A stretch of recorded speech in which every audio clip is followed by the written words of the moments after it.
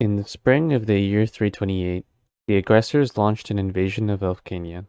Along the border, things are going well as troops have already gotten ready due to visible aggressor military buildup in the past month.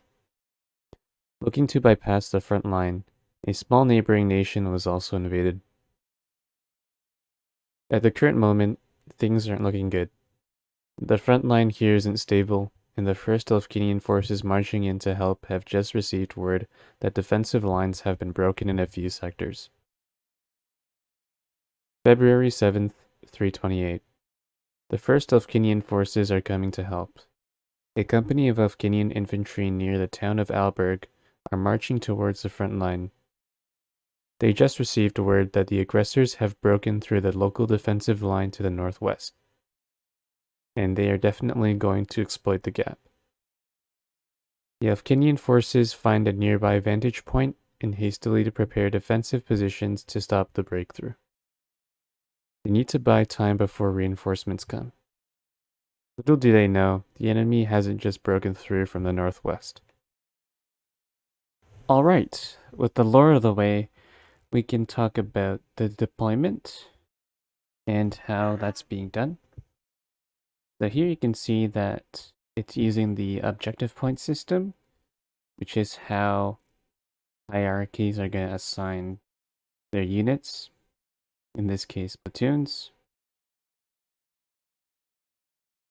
The Elfcanian infantry in the year 327 are composed of an 8-man squad with 6 riflemen and a machine gunner and their assistant. The Elkhart machine gun team is a 4-man team with 1 machine gun and 3 assistants.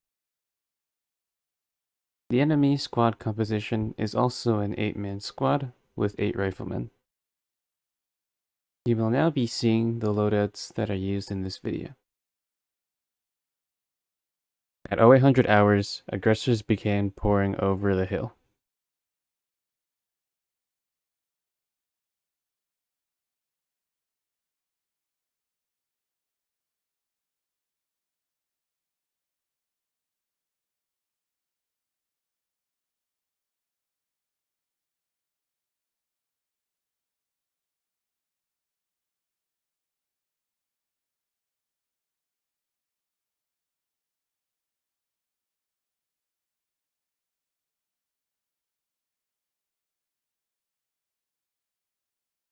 Some enemy formations retreat in shock from the casualties that they receive.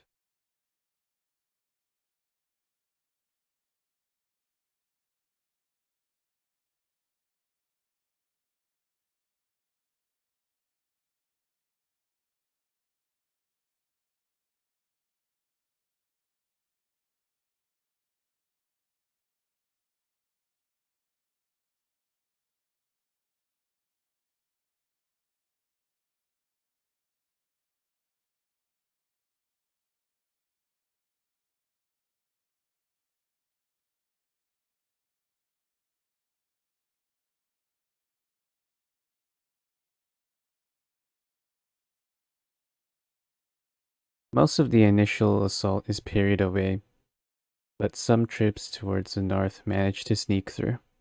The enemy units approaching take advantage of blind spots and manage to get really close.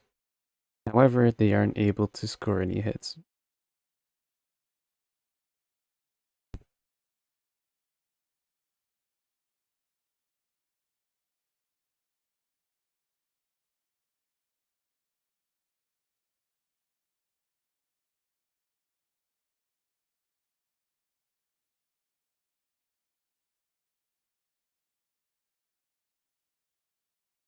Although shocked by the enemy suddenly appearing in front of them, the Elfcanian troops manage to gun the advancing forces down.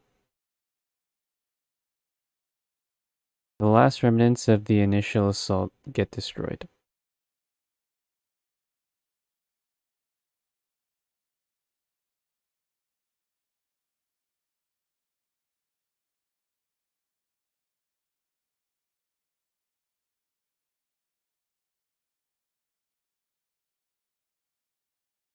From the south, the flanking enemy force uses the terrain to approach unnoticed.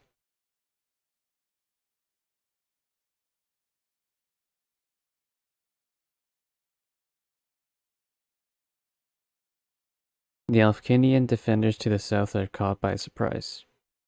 Unfortunately, they did not have enough ammunition to deal with the attackers and have to withdraw.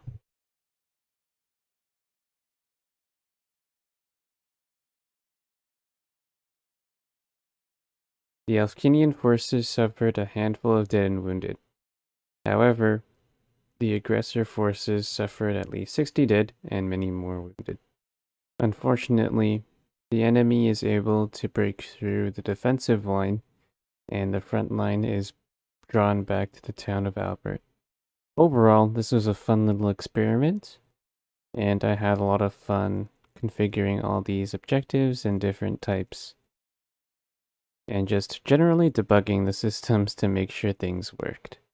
I also like the current level of combat complexity with all units using the magazines and ammunition that is supplied and how the system reads it. Also with the wounds and the morale. Right now it's very simple, but it's still quite cool to see that in place. Anyways, hopefully you guys enjoyed the first Rixas after action report. I hope to see some more from the others. If you're interested in learning more about the Rixas project or donating, you can check out the links below. Have a great day.